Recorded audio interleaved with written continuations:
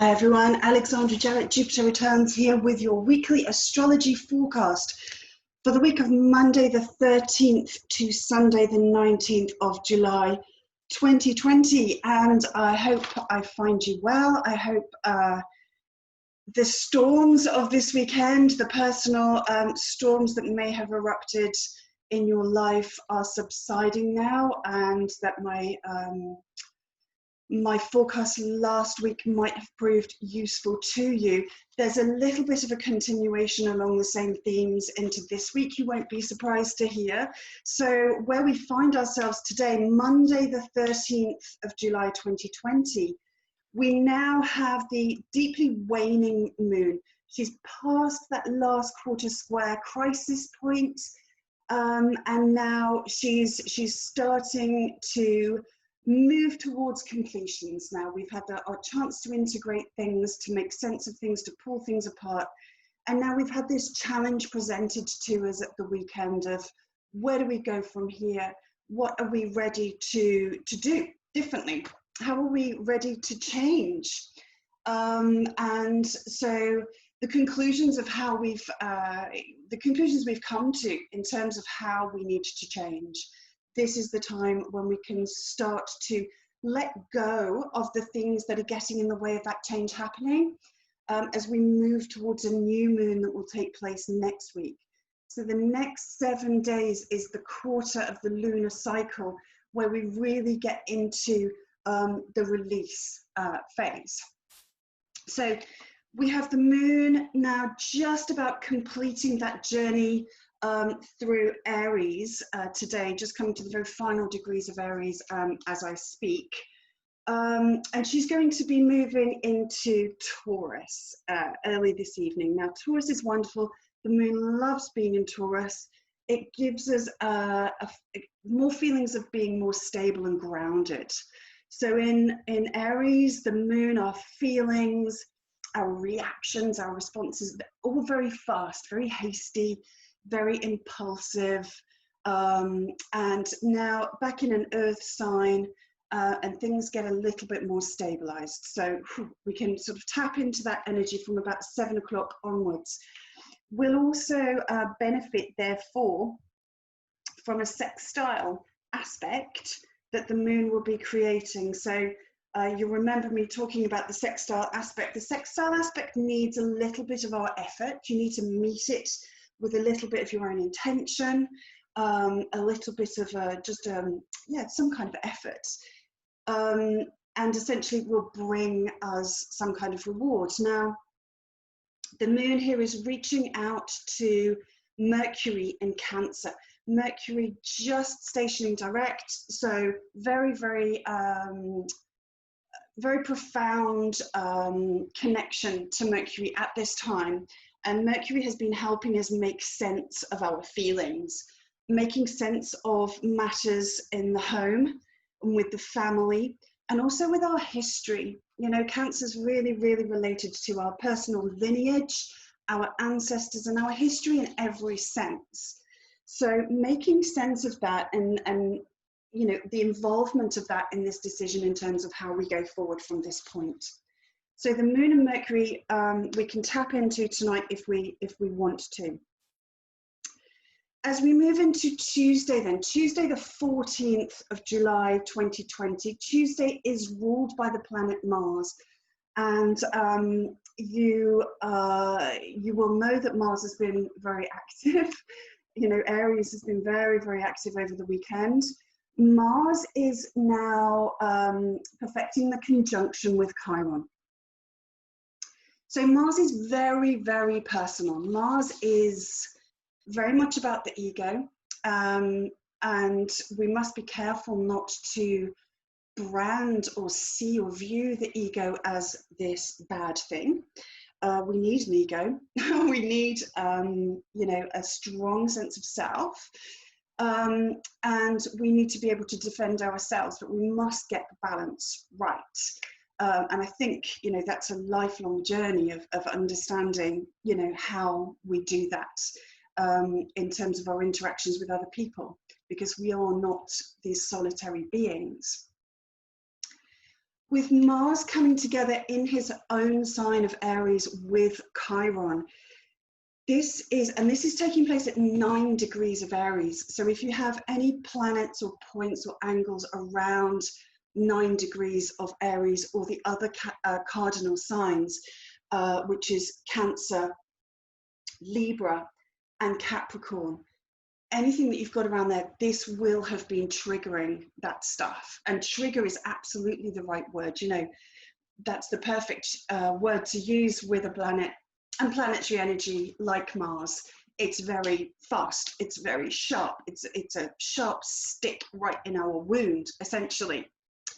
And the wound being Chiron. Chiron, the wounded healer, represents where we are all carrying a sense of unlovability, a sense where we're unacceptable unless we do X, fill in the blank according to your own personal history and your own personal chart. Where we feel like we have to overcompensate for generally just not being as good as other people, where we don't fit in, and themes around abandonment and rejection and the fear of abandonment and rejection. We are social beings, you know. It's a very, very difficult time for so many of us because we are understanding how social we are and how important social interactions are. And this really taps into the Chiron wound, you know, the idea that if I'm not accepted, you know, by the people around me, then I'm extremely vulnerable. You know, we are a tribal kind of species. We have protection and safety within the community and within the group and the tribe. So the idea of not being acceptable, not being loved, is very, it taps into a very primitive existential fear that I'm extremely vulnerable if I'm kind of separated off from the pack. So, you know, when Mars is coming along here and triggering this core wound, it is a call to action. It is a call to say, this wound is still there. It's reopening it up. And there are times in our life, we all go through transits where our Chiron will be activated. And that's an opportunity for us to do some work on healing that, on repairing this idea that we are unworthy. It's very deeply ingrained and we all carry it. So as we move through Tuesday, Mars's day, we can anticipate wounds being triggered, wounds being reopened. We can also experience this in a very physical way. Mars very much talks to our physical embodiment, the embodiment of our spirit, of ourself, and our presence, you know, the head and the face in particular.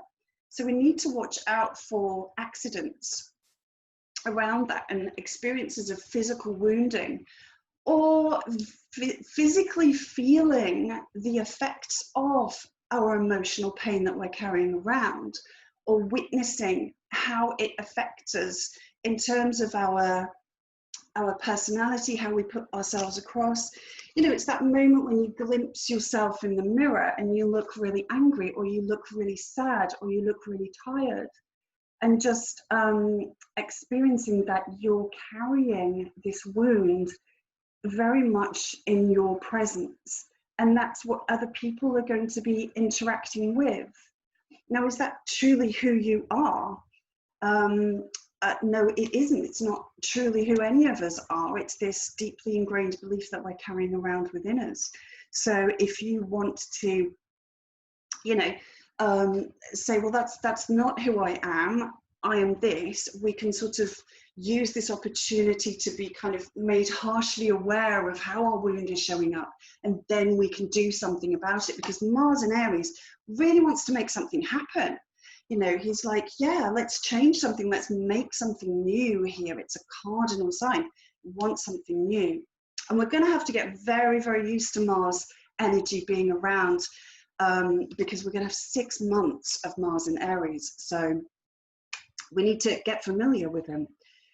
So physical wounding, or an understanding or seeing where our emotional pain is affecting us in a physical or appearance related way. Understanding what is our will, who are we, what is my identity, apart from the pain, and how the pain shows up in me. Also, part of this is, understanding how we act when we don't get our own way. And sometimes, the pain of rejection can simply be, I wanted this and I didn't get it. So Mars hates that. Mars just wants what Mars wants. And he really is just hell-bent on getting what he wants. So a lot of the stuff that's going to have been coming up lately is, well, what do I do when I don't get what I want? What's the story I tell myself? How do I keep that energy within my body? How do I react with other people as well when I don't get what I want? So that's going to be a big part of the puzzle for us to work out. When I am triggered, when my core wound gets triggered by someone else, how do I respond? How do I react? Is that the right way to act? Is that the way that I want to react?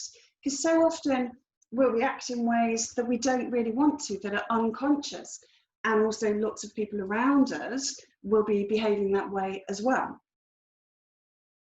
Do I end up actually causing more pain because of the way I act when I'm triggered? That's a biggie, and I've seen this playing up in a variety of different ways in the last few days. Do I take something bad and then with my inability to deal with it, do I just make it even worse and cause more pain and add pain into the situation? And that could be because of impulsive behaviors, of rashness, of having a little bit too much ego and too much about what I want, and where that collides with perhaps what somebody else wants.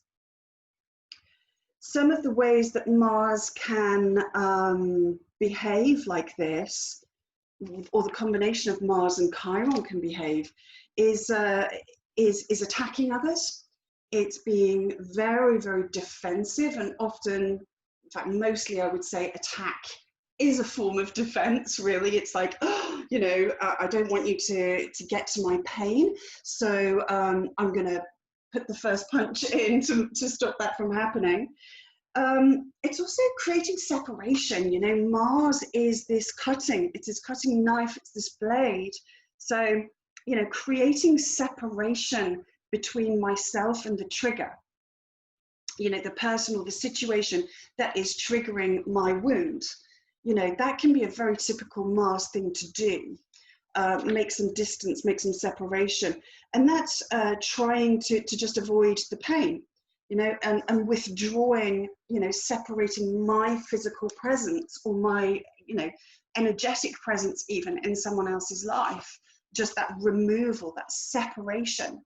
But the key thing to remember with all of this is that the real problem isn't the trigger. Okay, it's really up to us very, very personally. No one else, someone else can come along and they can trigger us, but that doesn't make them responsible for what's being triggered. Okay, in a way, in a roundabout way, looking at this from the higher self, actually we should be grateful for the situation that has shown us that we still have this trigger, we still have this work to do, but it's nobody else's responsibility but yours. Mars, me, I am, this is personal stuff. This is like, so someone else triggered me. That's nothing to do with them, that's everything to do with me. And now I need to take the actions to remedy that. So watch out for all this stuff. Watch out for the fact that other people are going to be all up in this kind of situation as well, and things could get a bit more heated and rash and impulsive, etc. But remember, waning moon phase, we've got Mars, we are letting things go, but we need to be letting things go consciously and not from a place of, just avoiding doing the work that I need to do on my sense of self and my pain. we're actually going to revisit this energy. So as I've mentioned, Mars is going retrograde. So on October the 1st, which is actually not too far away, unfortunately, we're going to have a full moon in Aries. So at that time, the sun will be over there in Libra, okay, and the moon will be up here in Aries. So it'll be the full moon in Aries, and that's going to be on this exact same degree, 9 degrees of Aries. So we're going to be revisiting this Chiron stuff. And as always with the full moon, that's going to shine a light on, okay, how far have we come with this? What still needs to be done? So, you know, bear in mind that any work that you're doing with this stuff now is kind of saving you a little bit of pain potentially further on at the beginning of October. And just having that intention to just really get personally involved in how you're going to deal with your wound, and not kind of project it or deflect it onto whatever in life it is that causes the trigger, because it's not about the trigger, and life will always do that. There's no escaping that. So yeah, so bear in mind you're sort of saving yourself some more work to do later. As we move then into Tuesday and Wednesday, we've got the sun coming into the last decan, the last 10 degrees of Cancer. And this means that the sun is going to be creating an opposition now to Jupiter and Pluto. Now, Jupiter and Pluto are still very, very close together. We've had the second of the 3 conjunctions that they are going to be creating with each other this year. It's a very dominant theme of the 2020 astrology. And the sun really is going to be illuminating, you know, shining that bright light into this area. They are, so I'm not going to deal with this in terms of what is the sun opposite Jupiter and what is the sun opposite Pluto, because I think that's kind of just too reductionist and it's not helpful in this situation, because really Jupiter and Pluto are so conjunct that they're kind of working as one kind of super thing. So we've got the intensification that Pluto brings to anything. And then we've got the expansion and the qualities of Jupiter, and they're blending with each other. And those of you who follow me regularly will know I've identified certain things that have been happening lately that really connect into this energy. But on the whole, it's going to be an exposure. These are retrograding planets, okay? So this is going back over something that's already been activated in some way. So this is not anything new.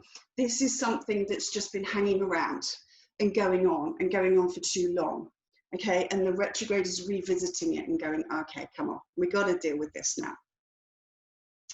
And, you know, this is, if we consider retrograding Jupiter and Pluto, this is an opportunity to right a wrong, okay? This is the opportunity to put something right, to bring justice to a situation where something has been done wrongly, badly, abusively, that kind of thing. So we've got the influences of manipulation. Pluto, the downsides of Pluto can really be controlling and manipulations. And, you know, that they're very big words, but we have to consider that we do this in tiny ways, lots and lots of sort of micro abuses all the time. We abuse ourselves, we manipulate ourselves. You know, have you been doing this? Have you been trying to control something and fool yourself and manipulate yourself, particularly with a belief, you know, justice, Jupiter? Have you been trying to convince yourself to twist something or justify something, you know, justifying poor behavior, justifying wrongdoing, justifying to yourself where you know you really have been exploitative or abusive or even violent in some way. And that doesn't just have to be physical, you know, it can be energetically violent, emotionally violent. You know, these are all manipulations of ourselves and how we try and rationalize the way that we've behaved to make it seem like it's really not such a bad thing. But I think that this sun, you know, going right into the core sensitivities, you know, Cancer really gets into the core self, will show us, will highlight that and go, do you know what, really, that you've just been manipulating. That's shadow stuff. It needs to be revealed so that it can be put right. And we'll see that out there in the big world as well as in our own lives as well. So any kind of abuse, and again, big words, big powerful words, but like I say, we do this all the time in our lives, and we abuse ourselves and we abuse those around us. You know, Cancer is the family. And that's not just the blood family as well. You know, we choose our own family, you know, our friends, our closest, the inner circle kind of situation, you know. Where do these shadow manipulations and need for control, you know, where does that show up in terms of affecting the people around us as well? And in our homes, our home life is Cancer as well. Where is that, you know, connected to our history, our lineage, our past, our parents and our upbringing? Where is all that stuff connected? And so how do we right those wrongs going forward? How do we say, okay, this happened historically, but I can't live from that place anymore. I can't justify that stuff anymore. I can't, you know, take that example, that habit as well with Cancer and continue it down the line, you know? Maybe it's time to say that stops with me, that type of behavior. Some of the downsides of Jupiter's self-righteousness and just being a flipping know-it-all, you know, we probably all fall into that category at one time or another. But, you know, really being in that space, being present in that space in terms of our interactions with other people, you know, that can be one of the things that shows up. Privilege and wealth is very much a Jupiterian thing, you know. Members of the royal family, people who have a you know, a high position or have a very abundant lifestyle, that kind of thing. We can see things related to them. And our beliefs. So again, we've had, you know, the upsurge of the conspiracy theory stuff, the shadows of Pluto, you know, combining with the Jupiterian need to believe, the need to, you know, associate with a particular type of philosophy, and how that involves the identity. You know, these areas of the chart square each other, you know, so this is a part of who I show up as, you know, am I what I believe in? You know, do I present myself as, you know, this particular kind of belief system that I am part of? All of these things are the things that the sun's light is going to shine into that and go, maybe something needs to be righted here. Maybe something needs a greater balance, and it needs us just to get real about it, because this is in Capricorn after all. And Capricorn really is about getting real about things, taking ownership of things, owning our shadows and our manipulations and our controls and our, you know, self-righteousness. Also, we can have with Jupiter, you know, going over the top, essentially, in any way. The expansive qualities of Jupiter can be a wonderful thing, especially on, you know, the bank balance, or, you know, that kind of thing. But expansion isn't always a good thing, as everyone knows when they get on the weighing scales after Christmas. Expansion can have its downsides too. And so it's an inflation. And think of all the ways that an overinflation or an overestimation of what we can do, of what we can offer, overreaching, being over generous, over promising, all of these things are the downside of Jupiter. So these are the things that will be exposed in terms of how they connect up with the family and the history. As we move then into Thursday evening, we have the moon now in, let me get rid of that so it's out of the picture.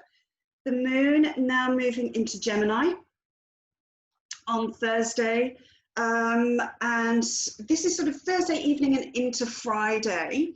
And the moon will be meeting up with Venus here in Gemini. Venus, she's still in post-retrograde shadow. So we're still completing some of the work that she's been doing there. And so the moon's meeting up with her, and they are making a really, really supportive connection in terms of our understanding mentally. Gemini is it's an air sign, so it's very much about our thinking processes and our understanding and piecing things together. You know, it's really, really good at just kind of saying a little bit of this and a little bit of that and a little bit of this, and how does it all fit? Okay, so it's a real problem-solving kind of energy. And with the moon and Venus coming together, that's going to help us to consolidate the mind and the heart and enable us to look at things from a different perspective, look at things from a different way, particularly with relation to our pain and what we do, how we act when we're triggered. Look at that a different way. And see, because we've got the sextile aspect back again, it's really supporting, but again, a little bit of effort really helps. You know, the Gemini is the twins, so it can see two sides. It's a little bit more, you know, in Taurus, things are fixed and they just, you know, it's very one way. But in Gemini, the moon has these qualities of being able to just be a little bit more agile and move around. So she's going to help us to move around in our thoughts, combine the mind and the heart so that we can get a better understanding of these situations that have been cropping up. So that's actually going to be really, really helpful because, you know, the moon is really, really waning now. She's coming through Gemini and then she'll go into Cancer. As the moon is then moving through Cancer over the weekend, the sun is now moving its attentions over to Saturn. So this is the applying aspect. So it's applying in an opposition. Bear in mind with the opposition, there's two things to understand with an opposition. One is usually it makes something unavoidable. Okay, it's not something that you can push down and bury and ignore. So it will usually, you know, if that's in, you know, really activating a part of your chart, then it's going to, it's really going to be something that just has to be dealt with. And the other thing is that it will ordinarily show up in terms of an interaction with another person. So those are the kinds of scenarios that we can expect the Sun-Saturn opposition to turn up. So this is just applying at this stage. So the moon is now going through Cancer. This is the last sign that she'll be in, and she's moving towards the new moon. So this really, really is deep release work. This weekend really is the time to let go of that story, his story.